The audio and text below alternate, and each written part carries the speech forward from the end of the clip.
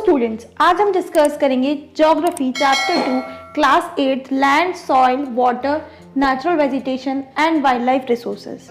Students, ये chapter हमारा already division है। पहले हम लैंड के बारे में, सॉइल के बारे में, वाटर के बारे में, फिर नेचुरल वेजिटेशन और वाइल्ड लाइफ रिसोर्सेज के बारे में डिस्कस करेंगे।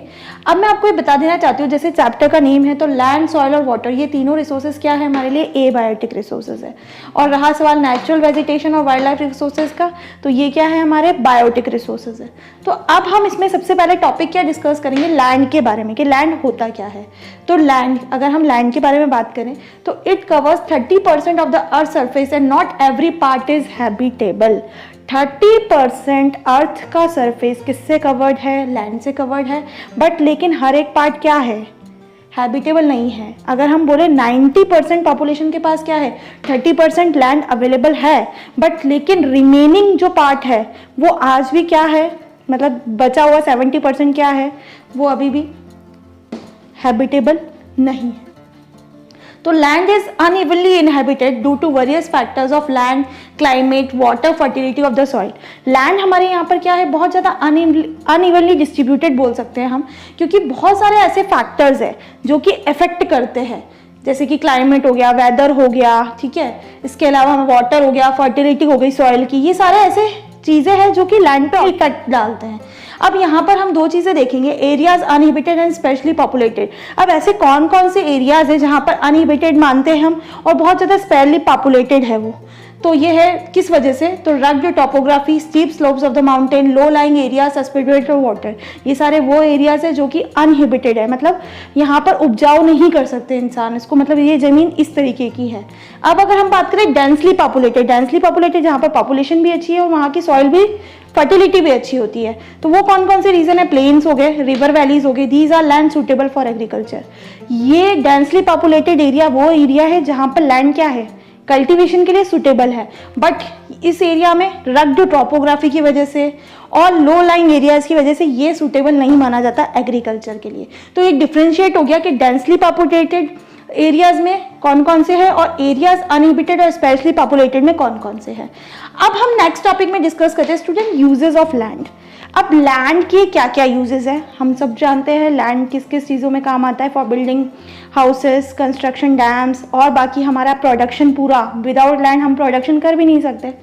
तो लैंड को हम किस लिए यूज़ करते हैं? डिफरेंट पर्पसेस के लिए यूज़ करते हैं, जैसे एग्रीकल्चर हो गया, फॉरेस्ट्री हो गया, माइनिंग हो गया, बिल्डिंग हो गया, building houses, road and setting up of industry, सब में इस्तेमाल किया जाता है। तो this is commonly termed as land use. इसको हम कॉमनली क्या बोलते हैं? लैंड यूज बोलते हैं। अब लैंड को कौन कौन से फैक्टर्स है जो अफेक्ट करते हैं? तो दो मोस्ट इंपॉर्टेंट फैक्टर्स है, एक है हमारे फिजिकल, एक है ह्यूमन फैक्टर्स। फिजिकल फैक्टर्स में क्या क्या आता है? Soil, climate, mineral and availability of water, इनको हम बोलते हैं physical factors that effect the land. और ह्यूमन फैक्टर्स में पॉपुलेशन और टेक्नोलॉजी, ये दो फैक्टर्स है जो कि ओवरऑल ह्यूमन फैक्टर्स है जो कि इफेक्ट करते हैं लैंड को। तो आइए देखते हैं, on the basis of ownership land is classified. अगर हम ओनरशिप की बात करते हैं तो लैंड को हम दो पार्ट्स में क्लासिफाई करते हैं, एक है प्राइवेट लैंड, एक है community owned land. Private land का मतलब क्या होता है? जिसकी ओनरशिप किसके हाथ में होती है? ओनर के हाथ में होती है। फॉर एग्जाम्पल, मैंने कोई लैंड खरीदा तो उसकी ओनरशिप का राइट किसके पास है? मेरे पास है, तो वो क्या हो गया? मेरा प्राइवेट लैंड हो गया। एक होता है कम्युनिटी ओन्ड लैंड। कम्युनिटी का मतलब है जिसकी कम्युनिटी देख रेख करती है और वो पब्लिक वेलफेयर के लिए होता है, जैसे collection of fodder, fruits and medicinal herbs, इन सब के लिए जो लैंड कंज्यूम किया जाता है वो क्या इसमें आता है? कम्युनिटी लैंड, जिसको हम बोलते हैं प्रॉपर्टी रिसोर्सेज है। ओके, अब even though people demand are evergreen, availability of land is limited, क्योंकि पीपल की डिमांड तो क्या है? दिन ब दिन बढ़ती जा रही है, बट लेकिन लैंड क्या है? हमारे पास जो अवेलेबिलिटी है लैंड की वो क्या है? वो लिमिटेड है। तो बहुत सारे ऐसे थ्रेट्स है, क्योंकि आजकल लोग क्या चाहते हैं? शॉपिंग कॉम्प्लेक्स बनाना चाहते हैं, रूरल एरियाज में और ज़्यादा लैंड को स्कैटिफाई करना चाहते हैं, एग्रीकल्चर प्रोडक्शन को बढ़ाना चाहते हैं। तो उन सब के लिए किसकी रिक्वायरमेंट होती है? लैंड की रिक्वायरमेंट होती है। लेकिन हम क्या देख रहे हैं? डिमांड्स तो आपकी एवर ग्रोइंग है, बट उसके साथ जो अवेलेबिलिटी है लैंड की वो क्या है? वो लिमिटेड है। तो बहुत सारे ऐसे थ्रेट्स है जो इनको हैपन करते हैं लैंड के लिए। तो क्या है? एक है लैंड डिग्रेडेशन, ठीक है, एक है लैंडस्लाइड। बहुत सारे ऐसे एरियाज होते हैं जो प्रॉन टू लैंडस्लाइड्स होते हैं जिसके कारण पूरा लैंड खराब हो जाता है। एंड सॉइल इरोजन, बहुत सी बार सॉइल की जो ऐसा पार्ट है लैंड का जो कि सॉइल इरोजन की वजह से पूरी चीज़ें खराब हो जाती है। एंड डेजर्टिफिकेशन, हमारे यहाँ पर जो लैंड का डिस्ट्रीब्यूशन में डेजर्ट एरिया भी है जहाँ पर आप उसको उपजाऊ बना ही नहीं सकते क्योंकि वो ड्राई लैंड है। तो ये सारे मेजर थ्रेट्स है लैंड के जो कि फेस करने ही पड़ते हैं।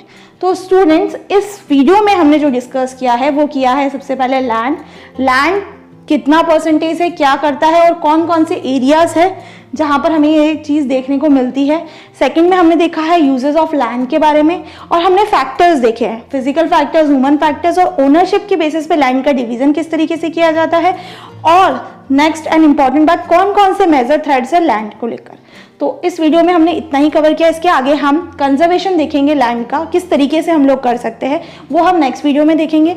अगर आपको ये वीडियो पसंद आती है तो वीडियो को लाइक करें, शेयर करें और चैनल पर नए हैं तो चैनल को सब्सक्राइब कराना भूलें। एंड मोस्ट इंपॉर्टेंट बात स्टूडेंट्स, अगर अभी तक भी आपने नोटिफिकेशन बेल आइकन को प्रेस नहीं किया है तो प्रेस कर दीजिए ताकि मेरी अपकमिंग सारी वीडियोस की नोटिफिकेशन आपको मिलती रहे। जल्द मिलते हैं नई वीडियो के साथ। Thank you.